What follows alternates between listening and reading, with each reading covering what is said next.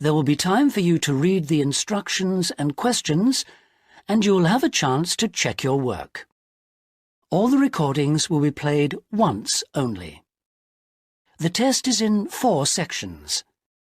At the end of the test, you'll be given 10 minutes to transfer your answers to an answer sheet. Now turn to Section 1. Section 1. You will hear a conversation between a customer and a shop assistant. First, you have some time to look at questions 1 to 5.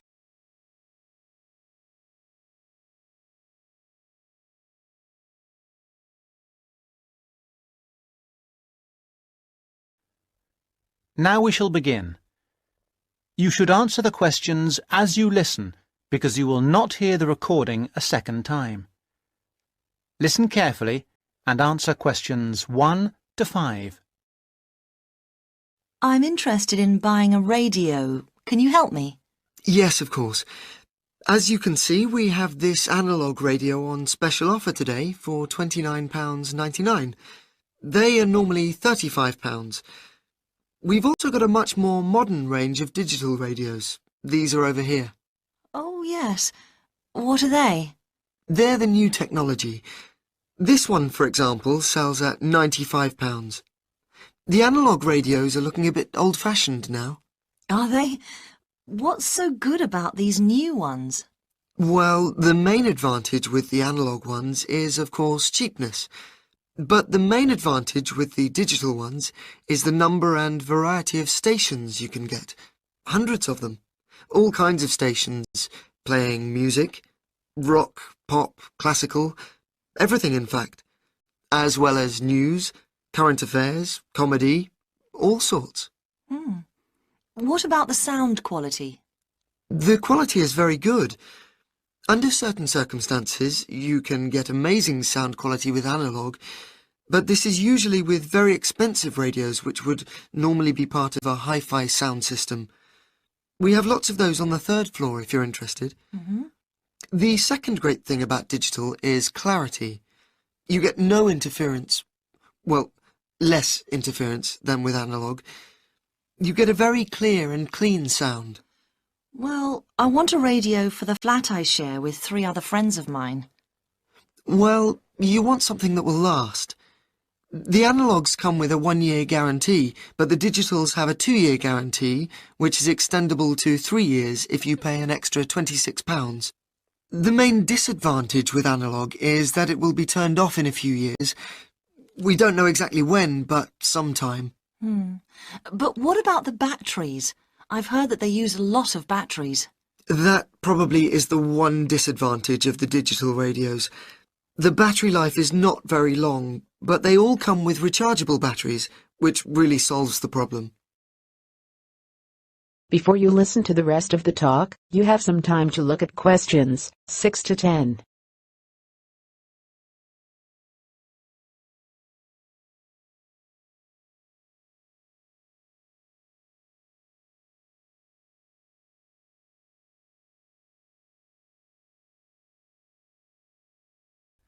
Now listen and answer questions 6 to 10. So, how would you like to pay? Cash. I wondered if you had a Robson's store card? Do you know, I think I do. Here we are. Oh my goodness, I haven't seen one of those for a long time. Those are the old value cards. Now you can get a super value card, which is even better value. Really? I don't know what to do. Well, I can change you onto a super value card if you want. With the super value card, you get double the standard number of points, and your free credit period is longer. With your old card, you get 1 month's free credit, but you can get 3 months free credit with the new card. The interest rate is a bit higher at 22.5% rather than 18.5%, but if you're careful, you don't have to pay interest at all. Well, I'm not sure about that. It seems better in some ways. Can I continue to use my old card? You certainly can, until they withdraw them, which I'm sure they will before too long. But with the super value card, there are special card-holder-only days, 2 per month, compared with 1 per month with the old card. I see. My old card gave me free delivery too. That's right. Free delivery within 20 miles. The Super Value card gives you free delivery up to 50 miles. That sounds good. I think the old card was free too. With the Super Value, there is an initial fee of just £12, and then it's very good value. I think I'll pay cash. Very good, madam. That is the end of section 1. You now have half a minute to check your answers.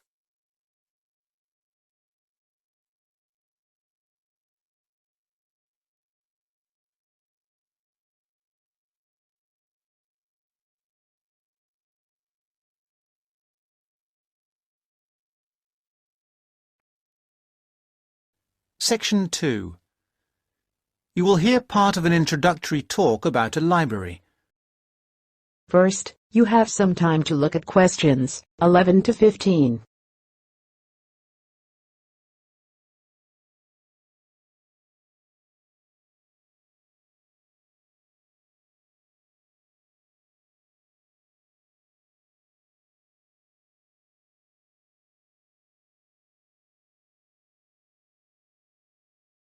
Listen and answer questions 11 to 15. Good morning. My name is Mandy, and I am going to tell you a little about the John R. Jones Memorial Library here at Blackwater College. We regard the library as a gateway to the resources that you, as students at the college, may need. The majority of you are full-time students. You may find you spend a lot of time here. Even those of you who are part-time students will no doubt require the services too. I hope that by the end of this short talk you will know the services the library has to offer, including the website and how to get any further help you may need. Oh, sorry, I forgot there may be a few distance learners on the tour today. I'll explain about the online facilities and borrowing by post scheme a little later on. This is the main site of the library, but we also have the Rivergate building and the Fieldhouse Library. The Rivergate building houses the geography resources, that is the book collection and the journal collection, as well as the map collection. The hours and days of opening of the Rivergate collection are the same as this building, except that it is closed on Christmas Day and New Year's Day. The Fieldhouse Library contains a specialist collection of local history, and if you want to visit it, you will need to make an appointment. Those two facilities are the only exceptions to the rule that all the Blackwater College libraries are open 24 hours a day, 7 days a week, 365 days a year. However, to gain access to the facilities, you must have your ID card. No ID card, no entry. We have heard all the stories and excuses, and we don't accept any of them. Just remember your ID card. Before you listen to the rest of the talk, you have some time to look at questions 16 to 20.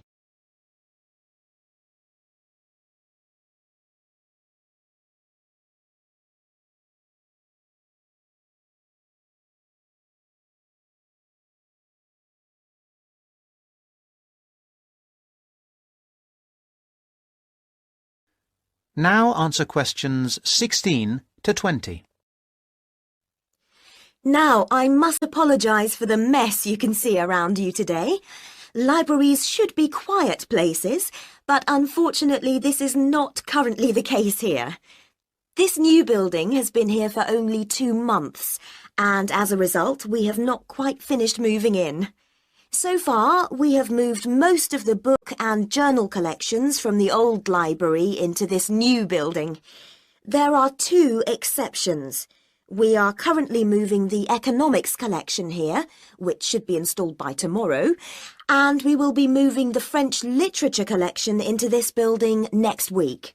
But as you can see, we are still building the new restaurant. We will finish it, we hope, very shortly. We have finished the cafe, however, and students can use it during the library opening hours. We have recently installed 150 computer places, and we will be adding another 100 shortly, so that there will be plenty for everybody very soon. Very shortly, this library will be one of the finest in this part of the country. Don't forget that the library isn't just about academic books. In addition to the books and journals, there is a wide range of national newspapers available from the librarians on request. I'd like to mention the different ways you can get help in using our resources. Don't forget our website at www.mlbc.ac.uk.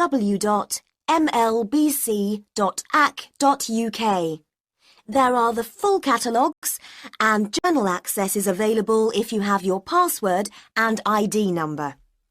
Now, any questions? That is the end of section 2. You now have half a minute to check your answers.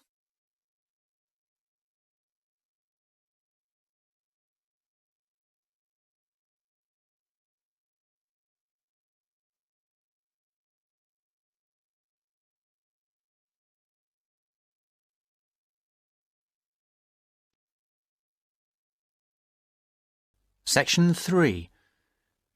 You will hear some students talking about an assignment. First, you have some time to look at questions 21 to 25.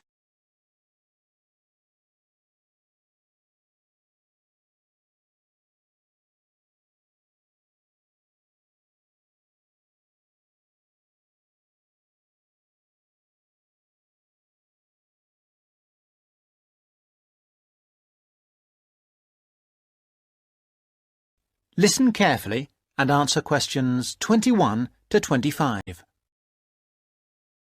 Hello, Tom. Hello, Anne. What have you been doing? Oh, just sitting around, catching up with some reading. I've had a great time.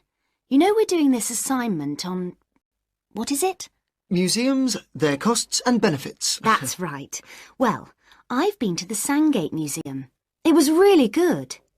These local museums are really interesting because they connect people with the history of one special place. We all know about kings and emperors and battles and wars, but local museums tell us about the everyday lives of ordinary people, and that's why they are so important. I'm not so sure about that. I think they are of interest, but they're so small that they can't give a true picture. They do their best. I don't really agree. They do give a true picture, but perhaps not a full picture. It's the truth, but not the whole truth. I think the smallness is the number one problem. Because they're small and local, they attract few visitors. That's why they have so little money. And because they have little money, they can't buy or maintain many really interesting exhibits. As a result, the shop is almost as big as the museum to try to raise money by selling souvenirs, postcards, sweets and so on. I think they find it difficult, but not impossible. And don't forget, they get a lot of their exhibits free from local people. There was this boat, for example, that was fantastic. Really? What was that? There was a massive fishing boat, a real one, about 100 years old, and you could walk on it and get the feeling of what fishing in those days was really like. Sounds quite good. But I've always found that these kinds of museums are a bit dingy. For example, the display cabinets are so dark that you can hardly see the exhibits, and the labels are sometimes difficult to read. Before you listen to the rest of the talk, you have some time to look at questions 26 to 30.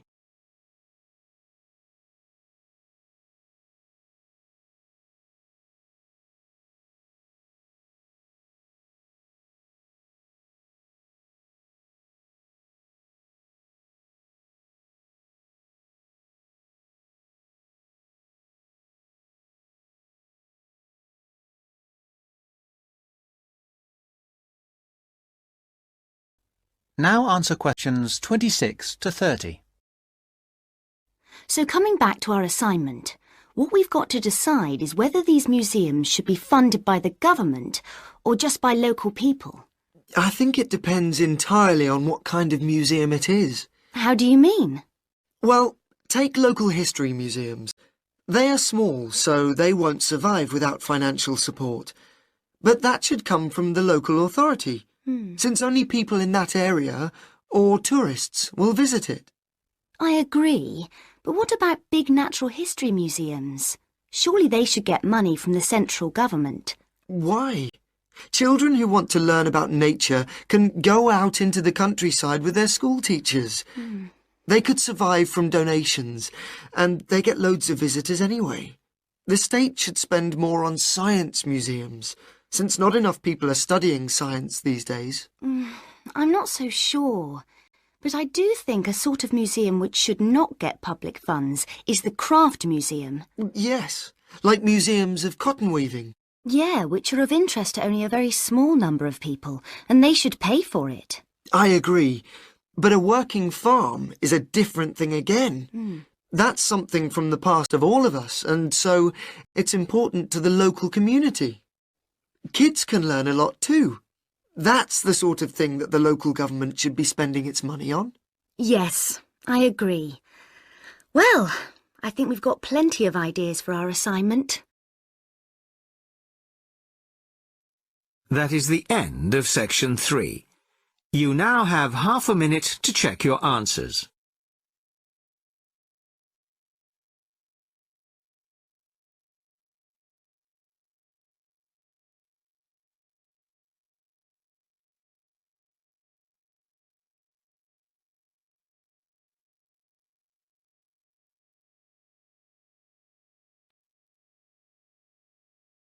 Section 4. You will hear part of a lecture about product life cycles.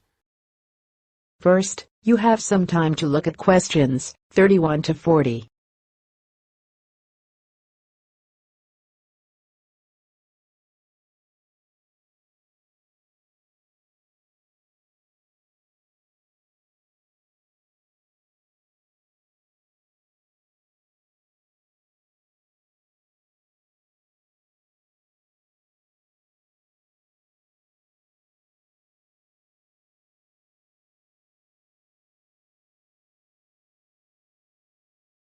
Listen carefully and answer questions 31 to 40. I'm going to begin my lecture today with a look at product life cycles. Now, as we go through the product life cycle, I will be trying to raise some issues which are important with regard to each phase of the cycle. I won't have all the answers for you this morning. This one of the lecture series is just to get you started and, I hope, interested. Let's start with the first phase of the cycle, that of product design. This is really the most important part of the cycle. We often talk as if it is consumers who are responsible for recycling, and so they are, but in reality, the major responsibility must be borne by designers. They can design products where recycling is easy and cheap, or difficult and expensive. In the latter case, the likelihood is that recycling, though technically feasible, will not in fact take place. Now, don't jump ahead, because the second stage is not product manufacturing, but rather that of materials acquisition. This is the activity we do when we mine coal or other minerals such as gold or iron or copper. In addition to mining, there is harvesting, which includes the cutting down of trees as a first step in the making of furniture or paper, or fishing. These activities have costs which are not only money costs. Pollution is one of the extra costs. We have also to think whether the resources we use are renewable, such as trees, or not, such as coal and other minerals. The third stage is not manufacturing either. It is materials processing. This is where we take the raw materials and use energy to change them into a form that can be used in manufacturing. For example, trees must be turned into paper or oil into plastic. The cotton plants that grow in the fields must be turned into cloth.